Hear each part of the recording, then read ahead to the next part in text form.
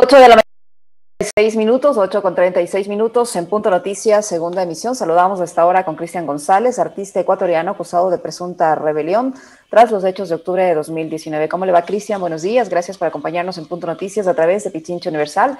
Estamos con usted, Alexis Moncayo, quien le habla, Licenia Espinel. ¿Cómo toma la presentación de este informe y sobre todo las conclusiones de la Comisión de la Verdad tras de esta investigación de aproximadamente un poquito más de un año, de un equipo técnico que estuvo recogiendo tanto testimonios como documentos, como información, para luego presentarla en este extenso informe que se realizó el día de ayer?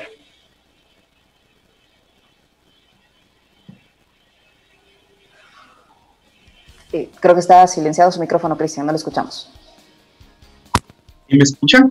Ahí le escuchamos perfectamente. Muy buenos días, Alexis, Licenia, y a todos quienes en el dial de Pichincha Universal nos escuchan el día de hoy. Primero, muy esperanzado con la entrega de este informe, que para nosotros nos parece que es importantísimo, y digo a nosotros, a los familiares, a los dos comités de víctimas que existe, a los acusados, a los perseguidos, digamos, a los mutilados, a los familiares de las personas muertas. Creo que es un halo de aliento, de esperanza, saber que hay una institución pública a quienes nosotros públicamente felicitamos, reconocemos su trabajo denodado, su trabajo riguroso y su trabajo comprometido con la defensa irrestricta de los derechos humanos.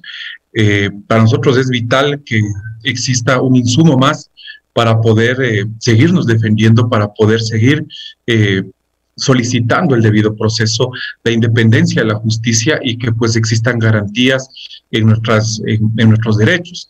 Nosotros seguimos desde el 2019 privados de nuestra libertad, seguimos portando un grillete electrónico. En el caso de nuestra compañera prefecta Paola Pavón, incluso han sido revisadas sus medidas cautelares, ha tenido que incorporar a las que ya tenemos nosotros la presentación periódica de 2 días adicionales. Han pasado, después de 2 años, han pasado, digamos, una incesante e inclemente, digo, porque es inclemente, proceso de persecución, de estigmatización, y creemos que este informe abona a lo que ayer bien lo decía la señora Imelda, mamá de Marco Otto. Y me quedo yo con eso. La señora Imelda, mamá de Marco Otto, decía que para que haya paz, para que exista reconciliación, tiene que haber trabajo, tiene que haber alimentación, tiene que haber vacunas, y creo que eso es lo que precisamos absolutamente todos. Creo que este es un paso para la reconciliación nacional de todos los sectores, de todos los actores. Entonces, muy esperanzado, muy motivado de que este insumo se suma a otros más, al informe de la Alianza de los Derechos Humanos, al informe de la Comisión Interamericana de Derechos Humanos. Nosotros consideramos al mismo informe de la Asamblea Nacional. Creo que hay una cosa vital, hay un hilo conductor en las conclusiones en donde coinciden todos, que tal como se han señalado en los diversos documentos, lo que detonó, lo que hizo que exista esta movilización social, esta, digamos, espontánea también protesta legítima, fue la implementación de políticas antipopulares bajo un modelo neoliberal. La aplicación del decreto 883 era, digamos, una más de las acciones antipopulares que el gobierno le estaba aplicando y estrangulándole al gobierno, al pueblo, a la población, a la ciudadanía en general. Entonces, estamos con una expectativa muy positiva. Estamos contentos con nuestra familia, con nuestras familias hemos recibido la noticia de manera muy positiva. Cristian, en el caso de ustedes, de Paola Pavón, de Virgilio Hernández, adicionalmente quienes están involucrados en el caso Rebelión, hay un claro señalamiento de que esto fue parte de un proceso sistemático de persecución política. A ustedes les estigmatizaron por pensar diferente, por ser críticos en contra del gobierno. Los han catalogado casi como enemigos y los han tratado como enemigos, no como adversarios. Y este es un relato que lo venimos repitiendo permanentemente, porque en política no hay enemigos, hay adversarios, hay contendores, hay rivales, pero no hay enemigos. Pero esta gente lo ha entendido así. ¿Tú crees que hay un proceso más profundo para sostener y mantener este discurso del amedrentamiento, de la amenaza, de la persecución? Yo coincido con lo que planteas. ¿Por qué?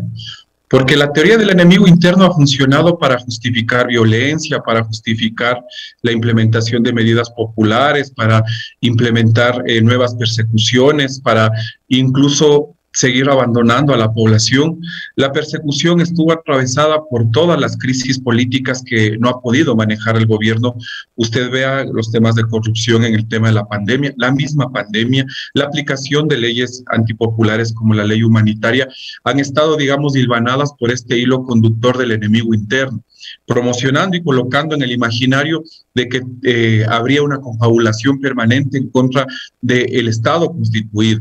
Y eso nada más alejado de la verdad cuando nosotros leemos en el informe que los actores que participaron primero estaban por fuera de todas las organizaciones sociales, por fuera de la agenda, por fuera de las demandas y por fuera de la expectativa de las organizaciones sociales, del mismo movimiento indígena que fue, digamos, un actor protagónico en las movilizaciones de octubre. El mismo movimiento de transportistas, digamos, también fue desbordado. Pero ¿cuál fue la necesidad del gobierno? La necesidad del gobierno fue utilizar, digamos, una de los mecanismos que ya lo había hecho en algunas de las intervenciones del imperialismo norteamericano, la creación de un enemigo interno. Y esa creación del enemigo interno hizo que, pues, en ese relato ubique la estigmatización como uno de los elementos permanentes, sistemáticos en contra de quienes hemos pensado. A nosotros nos persiguen básicamente por ser de izquierda, por estar a favor de las causas populares, por reconocernos como militantes de la Revolución Ciudadana en un proyecto liderado por Rafael Correa. Por eso se nos persigue con la hazaña. ¿No? Creo que y por en eso se parece ridículamente el caso de ustedes tres, por tuitear. Y en mi caso muy particular, el 13 de octubre tenía, creo que apenas 322 seguidores, imagínense, o sea, con 322 seguidores colocando yo un Twitter y conduciendo lo que se dice, esta acusación que nos han hecho, digamos, incluso temeraria, rebelión cuando tú escuchas esa categoría, digamos, ese delito, piensas primero en un conjunto de gente, piensas en una multitud, pero no tres personas, no además tuiteando, sino que además, digamos, liderando un proceso de desconocimiento por vías violentas del Estado. Y eso no ha sucedido en el caso de nosotros, lo digo de manera categórica, cuando en estos 4 años que hemos hecho oposición democrática, que nos hemos enfrentado en las urnas y hemos perdido, y en ocasiones cuando hemos perdido, hemos asumido el resultado. Cuando eso nos pasó en la consulta popular, cuando tuvimos que recolectar las firmas para que democráticamente tengamos una herramienta política que nos permita participar en las elecciones, fuimos estrangulados. O sea, ha habido una política, digamos, del enemigo interno. Al enemigo interno lo que hay que hacerle es exterminarle, ¿sí? Hay que proscribirle, hay que perseguirle, y eso han hecho con nuestros dirigentes, eso han hecho con nuestra propia organización política. Usted sabe y usted conoce con profundidad qué es lo que le ha tocado pasar a la Revolución Ciudadana para poder participar este 7 de febrero. No se diga a sus dirigentes, que tenemos dirigentes en el exilio, que tenemos nuestro dirigente proscrito ya penalmente por la Corte Nacional de Justicia, y nosotros que seguimos aguantando este proceso, que seguimos en expectativa de saber cuándo convocan audiencia de juicio. Esta audiencia de juicio que también a todos nos tiene en la zozobra, ¿no? Porque a la luz de todos los hechos, a la luz de todas las evidencias, seguimos y ha continuado, digamos, en una etapa que no debió haber llegado nunca. No debió haber llegado. Cristian, en este sentido, ¿aporta de alguna forma judicial la difusión de este informe de la Comisión de la Verdad, donde se cita precisamente su caso? ¿De alguna manera esto puede aportar para una solución satisfactoria para ustedes de este proceso judicial? Nosotros hemos hablado con nuestra defensa, ¿qué nos dice? O sea, que tenemos que tomarlo con con expectativa positiva, porque, digamos, son instituciones obviamente del Estado que se pronuncian y que evidencian la persecución, pero que no necesariamente pueden ser vinculantes, que no necesariamente pueden servir en los momentos procesales en los que nos encontramos. La defensa sabrá, pues, utilizarlo de manera estratégica, sabrá solicitar nueva prueba, sabrá, pues, buscar la forma de garantizar, por ejemplo, que el mismo defensor del pueblo en el juicio pueda participar, que la misma ex ministra de gobierno pueda también intervenir y decir pues su verdad si es que nos ha visto al frente de la rebelión de la que se nos acusa.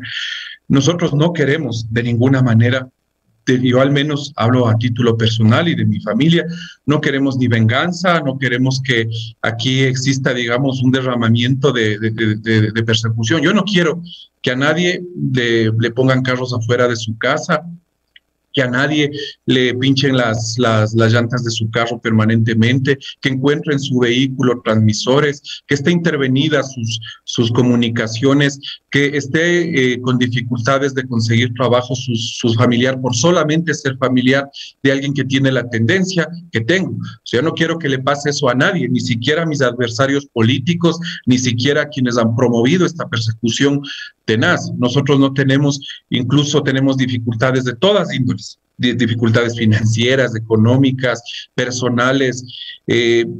Hasta el día de hoy, pues digamos, tenemos una serie de cosas que en la calle, producto de la estigmatización, no suceden. Entonces, eso no quisiera que vuelva a pasar. Y creo que el documento, el informe de la Comisión de la Verdad, al cual yo señalo, digo, o sea, habría que incluso hacer el análisis de cómo está estructurado, porque luego ya saldrán a decir los desertores, los que no coadyuvan a la posibilidad de que esto se subsane a través de mecanismos pacíficos, civilizados, que dirán que esta Comisión de la Verdad fue promocionada por Correa o porque son correístas, nada más alejado de la verdad. O sea, si usted ve cómo está compuesta esa comisión, todos los actores de esa comisión, ninguno, en ningún episodio ha tenido acercamiento con nuestro proyecto político, ninguna coincidencia tampoco. Más bien han sido bastante críticos. Ha sido muy crítica del gobierno de Correa. Juan Carlos Solínez, ni se diga, fue candidato vicepresidencial por Creo, en compañía de Guillermo Lasso en 2013, y Javier Zavala Egas fue hace poco candidato a la Asamblea Nacional por Democracia, sí, de Gustavo Larrea.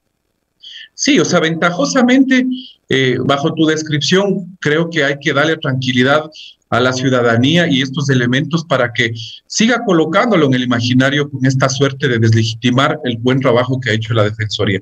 Recuerda, también dirán, el defensor es correísta, el defensor nada más lejano que aquello, o sea, el defensor, incluso el defensor del pueblo, no ha tenido ningún tipo de vinculación. Ustedes han visto que en toda su participación ha salido al lado del movimiento indígena, al lado del movimiento obrero, al lado de los afectados, y nosotros en dos ocasiones únicas, hemos tenido la oportunidad de estar cara a cara al defensor del pueblo, cara a cara a esa Comisión de la Verdad, para contar nuestra versión. Versión que ha sido recogida, versión que entendemos que ha sido, digamos, de alguna manera resumida, pero una versión que dice además sin miedo a la permanente persecución, porque sabemos que esto no ha terminado. Sabemos que de cada pronunciamiento, de cada comunicación, siempre hay ajustes en nuestro seguimiento, en nuestras cosas. O sea, nosotros, digamos, al menos moralmente no han podido. Si no han podido, porque creo que han encontrado firmeza en lo que creemos. Hemos tenido el acompañamiento de nuestros amigos, de nuestros familiares. El Comité de Víctimas, Marco Otto, ha sido, digamos, un puntal fundamental, a quien envío mi gratitud imperecedera a nombre mío y de mi familia, y demás dispositivos, porque incluso les digo con mucho pesar, nosotros no hemos tenido la apertura, digamos, del caso de otras instituciones defensoras de los derechos humanos, por la misma estigmatización a la que hemos sido sometidos.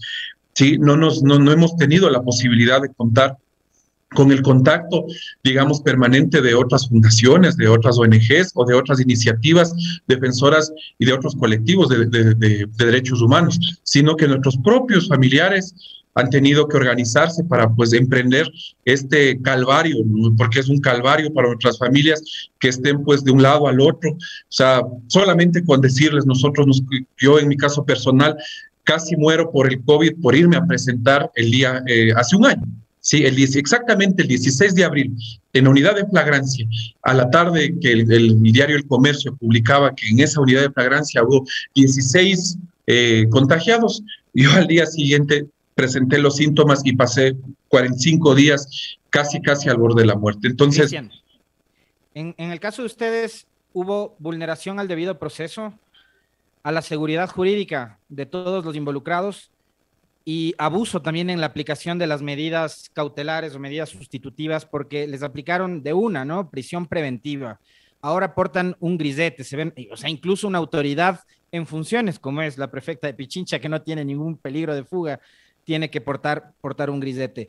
Eso ha significado para ustedes indudablemente un cambio, ¿no? Yo me imagino que además un profundo proceso de reflexión, puertas adentro. Yo quisiera más en el aspecto humano, más allá de lo que ha significado este informe técnico que han entregado y que yo coincido con lo que decía Cristian hace un momento, es bastante apegado a la verdad y creo que no hay cómo ponerle peros al trabajo que ha hecho la comisión, muy técnico y sin sesgos, pero ¿cómo le cambió la vida a Cristian González lo ocurrido a partir de octubre del 2019 y las consecuencias posteriores?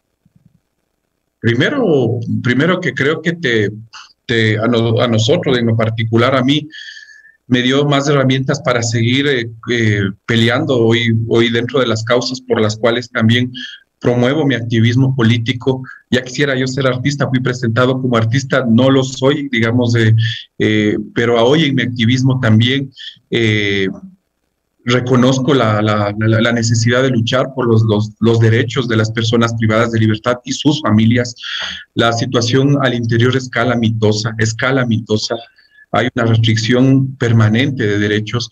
Si usted no tiene agua, si no tiene alimentos, si usted tiene hacinamiento, si usted está, digamos, restringido de visitas, si usted está en un ambiente en donde hay violencia, en donde hay acceso permanente al consumo de drogas, no está en rehabilitación. Y lo que usted puede estar o siendo torturado psicológicamente, o dice el mecanismo para la no tortura de la misma Defensoría del Pueblo, que si usted ha cumplido una condena, si usted no está con sentencia ejecutoriada y usted está privado de libertad, puede ser tortura. Y a eso le pasa a mucha gente que está al interior. Y eso me pasó, me hizo reencontrar nuevamente con mi familia. Yo hasta ahora, imagínense, cuando tuvimos que presenciar esta masacre de las cárceles, las personas que han salido y han obtenido la libertad y que pues tienen familiares y los conocí yo ahí en la cárcel, venían acá, venían al lugar donde trabajo y me pedían para el pasaje para poder ir a retirar los restos de sus familiares, amigos.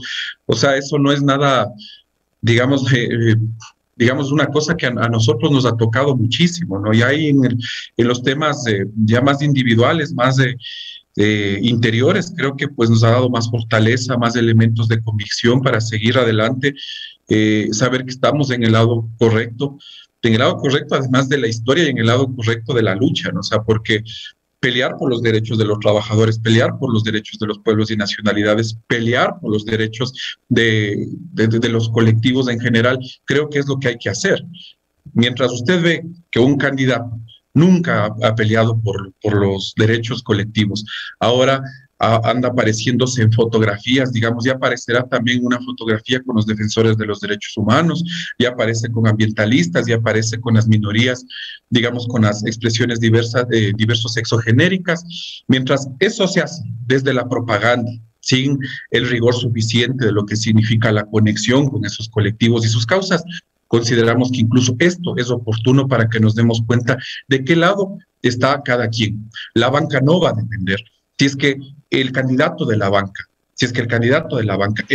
gana las elecciones, probablemente habrán muchos episodios sangrientos como el que pasó en octubre del 2019. Y a eso nos estamos enfrentando, ¿Usted cree que si gana la banca no se va a seguir implementando, no se va a seguir implementando las políticas de ahogo, de debilitamiento y de asfixio y exterminio al pueblo? O sea, creo que va a suceder todo lo contrario. Creo que va a haber debilitamiento de los derechos, de las garantías sociales. ¿Usted cree que después de haber cogobernado con 4 años con el gobierno, después de haber hecho todo lo que hicieron, después de tener coincidencias en el 81% de las votaciones legislativas, ellos nos puedan garantizar derechos, nos puedan garantizar paz y reconciliación? yo creo que está muy lejos de esa posibilidad. Por eso consideramos que incluso en el marco de las elecciones del 11 de abril es importante que nosotros ubiquemos las cosas. ¿Quién ha sido el único actor y el único candidato de los 16 que se presentaron el 7 de abril que ha defendido, como se dice, a capa y espada a la persona que ha sido señalada en todos los informes? ¿Quién? ¿Y quién ha pedido incluso que sea parte de su equipo, que sea parte de su gabinete o que sea representante de alguna función del Estado? Es el candidato de la banca. Por eso es vital y por eso creo que también ayer no fue. Y por eso también creo que es importante reconocer de que no fue porque no se reconoce, no se sintoniza y no cree en este vigoroso instrumento que es el de la reconciliación y el que nos ha podido dar la Comisión de la Verdad promovido por la Defensoría del Pueblo. Cristian, usted con todo lo que le ha tocado pasar, cuenta y que todos los ecuatorianos lo vimos, ¿no se arrepiente? De absolutamente nada. Sí, de absolutamente nada. ¿Por qué debería arrepentirme si lo que he hecho en mi vida es tener un proceso vinculado con los sectores populares? Yo he sido dirigente estudiantil en el Mejía, he sido dirigente estudiantil en la Universidad Central, he estado vinculado con gran parte de mi proceso formativo, ha sido con las comunidades indígenas, en la misma Pagua, en Las Pavas, en Plancholoma, en la Reserva Cotacachi-Cayapas. Lo volvería a hacer. Gracias a esto he aprendido a animar fiestas infantiles, a manejar de manera, digamos, ¿cómo se dice? Digamos, de una mínima manera también los títeres y otras cosas. O sea, creo que cómo me voy a arrepentir si incluso de esto tengo la posibilidad ahora de reencontrarme con todos los compañeros y compañeras en la calle, de un abrazo sentido. Yo camino con la frente en alto, no tengo ningún tipo de riqueza y pues voy tranquilo por la vida, ¿no? O sea, y convencido de lo que hago, porque creo que esa es de las cosas que más me ha enseñado, que hay que ratificarse, que hay que seguirse convenciendo. Yo digo, la víctima más la que no hubiese querido que exista en todo lo que me ha pasado es mi familia, porque a ellos uno les arrastran, ¿no? O sea, ellos no eligieron como yo ser de izquierda, ellos no eligieron como yo estar en la organización en la que estoy. Ellos son víctimas de una decisión que yo tomé, entonces tal vez de eso sí quisiera haber evitado, pero incluso hasta eso ha logrado que en mi familia, en mis hijos, pues se hayan logrado promover otras habilidades y que de las cuales ahora estoy muy orgulloso, ¿no? De ver a mis hijos, de ver a mis hermanas también peleando por los derechos de las demás personas, peleando porque salgan nuestros compañeros de sucumbíos, peleando porque no se sigan vulnerando los derechos de las personas de libertad. O sea, eso creo que incluso es una de las cosas que la vida me sigue dando, verle a mi familia ya involucrada, verle a mi mamá con el tesón que tiene en primera línea, ¿sí? Con los 65 años que tiene en primera línea, defendiendo las causas por las cuales también yo me identifico. Entonces creo que estoy más bien reconocido con la vida y con lo que me ha sucedido, ¿no? Es difícil, pero creo que hay que seguirle dando. Son los costos que hay que pagar cuando se defienden los principios y las convicciones, como lo haces tú. Yo me solidarizo por todo lo que has tenido que pasar tú y toda tu familia, Cristian. Yo te aprecio mucho, lo sabes muy bien. Te mandamos un fuerte abrazo. Gracias por haber aceptado la invitación hoy a conversar sobre aquel episodio de octubre que tanto dolor le dejó no solo a Cristian González y su familia, sino a muchísimas familias más. Lo que nos resta ahora es esperar que haya reparación y que los responsables sean investigados. Acá, como decía Cristian, no se está avalando un proceso de venganza ni de odio. Lo que se busca es que se haga justicia y hay un elemento fundamental que es este informe que ha entregado ayer la Comisión y la Defensoría del Pueblo, como para que la Fiscalía ya no se siga haciendo la loca. Gracias, Cristian. Muchísimas gracias, Liceña, Alexis, se les quiere un montón a todos quienes nos ven, nos escuchan. Un abrazo. Lo propio, Cristian, muy amable. 9 en punto. Alexis, tiempo de despedirnos. Gracias a Cristian González.